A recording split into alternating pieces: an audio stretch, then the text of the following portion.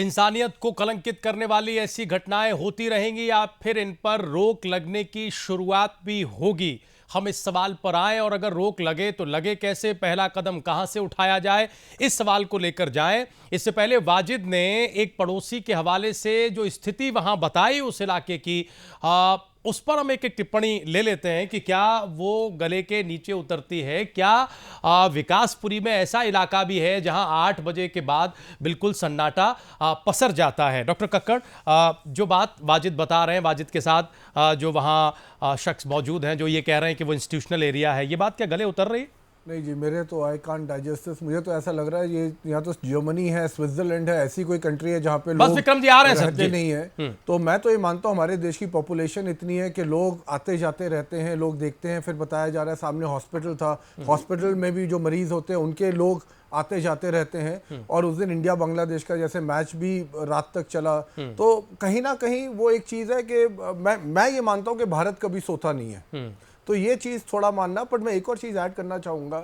मुझे ये लग रहा है जिस सज्जन ने जिनको बॉल लगी, ये एक तरह के मेंटोर थे इन युवकों के कि ये इनको एक लेके आए। एक तो ये अपनी स्ट्रेंथ का प्रदर्शन करना चाहते थे कि मेरे साथ कितने लोग जुड़े हुए हैं। और अगर मुझे जो लगता है अगर थोड़ा और जब पूछताछ होगी तो ये कहीं ना कहीं इनके मेंटोर बन के सामने आएंगे, जिन्होंने इन बच्चों की कहीं ना कहीं हेल्प करी हो या इनको उस तरह से सपोर्ट दिया हो। तो फिक्र मत करो, जो करना करो, मैं तुम्हारे साथ हूँ। अरुण जी, जो हालात वाजिद बयां कर रहे हैं उन शख्स के जरिए, क्या उसे ऐसा लगता है कि नहीं साहब ये तो हालात ही ऐसे थे जिसमें ये घटना होनी थी, हो गई, चलिए कोई बात नहीं? देखिए, हमारे दो मनोवैज्ञानिक बेहद राजनीति विज्ञानी बात कर रहे हैं और हमें इस बात को गौर करना चाहिए। वो खुल के नहीं कह सकते लेकिन उन्होंने संकेत में बातें कह दी हैं। अरुणा जी ने कहा और डॉक्टर साहब ने जो है कपिल जी ने कहा, दरअसल तमाम राजनीतिक दल इस तरह के लोगों को संरक्षण देते हैं, झुग्गियों में बसाते हैं और उनको प्रोटेक्ट करते हैं जो उनके लिए चुनावी कार्यों में इस्तेमाल होते हैं। और इस तरह के लोग जो है, इनकी हिम्मत और इनके भीतर जो अपराध करने का हौसला आता है वो इसलिए आता है कि हम अपराध करेंगे तो हमारे जो इलाके के नेताजी हैं वो हमको बचा लेंगे और बाद में जब नेताजी चुनाव लड़ेंगे तो हम उनका काम कर देंगे। मतलब तो हमें कुछ नहीं होगा टाइप फीलिंग जी, इस तरह का एक नेक्सस जो है। और बीच कनॉट प्लेस में राजीव जी आप जाकर के देख लीजिए, नशे की तस्करी होती है और बहुत सारी चीज़ें होती हैं। और जो मैं मतलब जो है किसी खास व्यक्ति किसी पार्टी पर कुछ नहीं कहना चाहता, लेकिन जो बहुत ताकतवर सरकार आई है, बहुत प्रभावशाली शासक इस देश के हैं, उनकी नाक के नीचे सारी चीज़ें हो रही हैं दिल्ली में। तो ये कम से कम जो है ये संदेश जाना चाहिए, उनको कॉग्निजेंस लेना चाहिए। और जिस दिशा में हमारे जो है वो पूर्व डीजीपी विक्रम सिंह जी ने कहा है, विक्रम सिंह जी क्या कर सकते हैं, पुलिस क्या कर सकती है? पुलिस जो है स्वतंत्र नहीं है, पुलिस राजनीतिक आकाओं के मातहत काम करती है। 2006 में सुप्रीम कोर्ट ने पुलिस रिफॉर्म की सिफारिश की है, आज तक पुलिस रिफॉर्म नहीं हो पाया इस देश में। तो क्योंकि राजनीतिक आका पुलिस को स्वतंत्र रूप से काम करने देना नहीं चाहते। तो अगर विक्रम सिंह जी जैसे कुशल और ईमानदार अधिकारी काम भी करना चाहें तो बहुत तरह के दबाव उनके ऊपर होते हैं। तो जो राजनीतिक दल हैं, राजनीतिक नेता हैं, वो किस तरह के क्राइम्स को और क्राइम करने वालों को पनपाते हैं, पालते हैं, ये एक बात जो है हमारे दो मनोविज्ञानियों की उससे निकल रहा। और ये हम सब लोग अपने अनुभव से दिल्ली को जानते समझते हैं। वो विक्रम सिंह जी उत्तर प्रदेश के डीजीपी रहे हैं, उत्तर प्रदेश के बारे में भी बहुत सारी बातें सबके जेहन में हैं, सबके जो है हम लोगों की नोटिस में है। तो ये एक एंगल है, पॉलिटिकल एंगल है जिसे इग्नोर नहीं किया जा सकता। विक्रम जी, छोटा सा जवाब सर।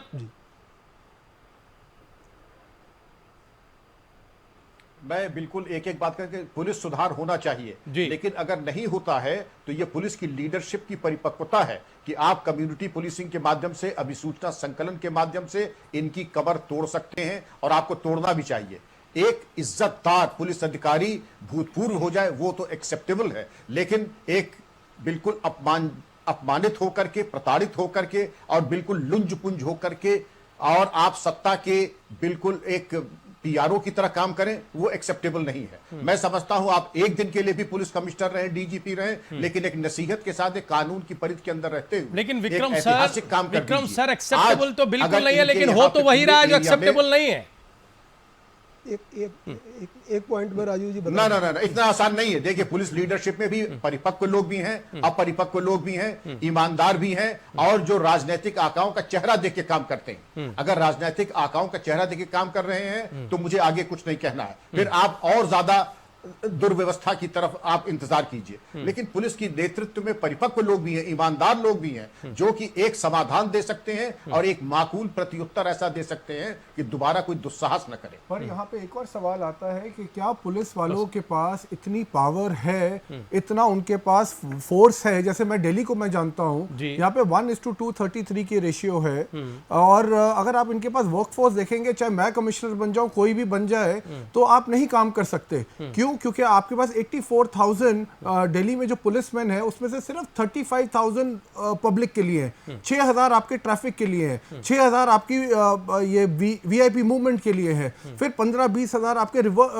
रिजर्व में है। तो मेरा कहने का मतलब है, अगर आपको बोला जाए आपके पास 84,000 स्ट्रॉन्ग वर्कफोर्स है, बट रेजिडेंट्स के लिए, सिटीजन्स के लिए इफेक्टिवली 35,000 है, it comes to I think 1:450 या 1:400, तो वहां पे कोई क्या कर सकता है? अरुण जी, मैं अभी हाल फिलहाल हुई पटियाला हाउस की, बिल्कुल ठीक है सर, लेकिन पुलिसिंग होती है।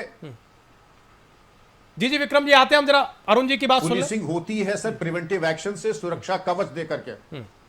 बट सर, प्रिवेंटिव एक्शन का टाइम ही नहीं होता इनके पास। मैं बस एक बात ऐड कर दूं, पुलिस की जो आदर्श कार्यप्रणाली है और जो जिसकी तरफ विक्रम सिंह जी इशारा कर रहे हैं, वो होनी चाहिए निश्चित तौर पे। लेकिन अभी हाल फिलहाल हम लोगों ने देखा कि सुप्रीम कोर्ट के आदेश के बावजूद पटियाला हाउस में जेएनयू का अध्यक्ष जब पेश किया गया, तो उसे दिल्ली पुलिस के कमिश्नर नहीं बचा सके, और उसकी पिटाई हुई, लगातार पिटाई होती रही। और अगर कोई और बड़ी घटना हो जाती, उसकी जान चली जाती, जो दिन दहाड़े हुआ है, तो और निश्चित तौर पे ये राजनीतिक नेताओं के संरक्षण में वो गुंडागर्दी कोर्ट कैंपस में हुई है। तो ये जो चीजें हो रही हैं, ये दिन दहाड़े घटना हो रही है, और रात में घटना हुई, निश्चित तौर पे कहीं ना कहीं कोई संरक्षण, कोई जो है किसी गिरोह का संरक्षण रहा होगा, और उस गिरोह को किसी न किसी राजनीतिक नेता का संरक्षण रहा होगा, ऐसा मेरा संदेह है। और ऐसी ही घटनाएं कानून या फिर पुलिस के इकबाल पर बड़े सवाल खड़े करती हैं। अब जरा हम निदान की तरफ बढ़ें। ये तो एक घटना और उस घटना के अलग अलग रीज़न, अलग अलग स्थिति सामने आई। अरुणा जी, अब साहब निदान, हम इसी तरह से अभिशप्त हैं, हम अब इसी नियति के दौर में हैं कि अब ऐसे ही चलेगा, हम इंतज़ार करें, थोड़ी सी आलोचना करें, थोड़ा सा विश्लेषण करें और फिर अगली घटना, या फिर कोई घटना एक आखिरी घटना बनेगी कि नहीं, अब ये कदम उठाए जाने चाहिए जिससे कि कम से कम ये एंगर मैनेजमेंट हो, ये पुलिस का मैनेजमेंट हो, ये सोसाइटी का मैनेजमेंट हो, और ऐसी घटिया वारदातें, ऐसी इंसानियत को तमाचा मारने वाली घटनाएं कम से कम न हो। क्या करे हमारी सोसाइटी, क्या करे सरकार, क्या करे पुलिस? बहुत कुछ कर सकते हैं अगर हमारी करने की नीयत हो, और बहुत अलग अलग लेवल्स पे हम कर सकते हैं। सीबीएसई को एक रूल पास करना चाहिए कि हर स्कूल को स्कूल चलाने का लाइसेंस तब मिलेगा जब वो वादा करता है कि हर 2 महीने में वो एक वर्कशॉप स्टूडेंट्स के लिए करेगा और एक वर्कशॉप पेरेंट्स के लिए करेगा, जहाँ पे एंगर मैनेजमेंट भी डिस्कस होगा और साथ में फैमिली लाइफ एजुकेशन के ऊपर चर्चा होगी। जब माँ बाप आपस में क्रोधित होते हैं, वायलेंट होते हैं, अग्रेसिव होते हैं, तो बच्चे सीखते हैं। टेलीविज़न तो बहुत बाद में आता है, हॉलीवुड बॉलीवुड बहुत बाद में आता है, ये एक लेवल है। दूसरे लेवल पे मैं समझती हूँ कि ये जो स्ट्राइक्स हो रही हैं, नारेबाजी हो रही है, इसके लिए भी रूल्स लेआउट करने चाहिए कि आप किस तरह से स्ट्राइक कर सकते हैं। ये नहीं कि जहाँ पे बैरिकेड्स लगे हैं तो आप बैरिकेड्स तोड़ दीजिए। इसकी एक नॉर्म्स डेवलप होने चाहिए कि भाई किस तरह के नारे आप लगा सकते हैं, किस मैनरिज्म से आप लगा सकते हैं। आपने बाहर विदेशों में देखा कि वो काले बैजेस ही लेके चलते रहते हैं, नॉट टू वर्क, ये वाला बैज भी वो बनाते हैं। तो मैं समझती हूँ कि भाई बहुत सारे कानून अभी बनने चाहिए, प्रथाएं बननी चाहिए, रेगुलेशंस होनी चाहिए। मैं पुलिस के बारे में कुछ नहीं कहती, मैं तो पुलिस के आगे हाथ जोड़ती हूँ। मुझे जब ये खबर मिलती है इतने आदमी पकड़े गए, पता नहीं सच है, पता नहीं ऐसे ही पकड़ लिए, पता ही नहीं वाकई में पकड़े गए, लेकिन जो असल में काम होना चाहिए वो किशोरों के ऊपर होना चाहिए। हम ध्यान ही नहीं दे रहे कि किशोर अवस्था में क्या उग्रता उठ के आ रही है, उसको हम कैसे संभालें, क्योंकि हमारी जो मटेरियल वैल्यूज हैं, मेरे पास ऐसे बच्चे काउंसलिंग के लिए आते हैं जो माँ बाप को धमकी देते हैं, ये वाला फोन खरीद के दो वरना हम स्कूल नहीं जाएंगे। ये जो धांधलबाजी है, और पेरेंट्स एक नौकरों की तरह उनके आगे हाथ जोड़ते हैं। बच्चे हम फोन ले देते हैं, तुम स्कूल जाओ, बच्चे हम फोन ले देते हैं, तुम खाना खाओ। किशोर जो हैं वो बहुत उग्र होते जा रहे हैं।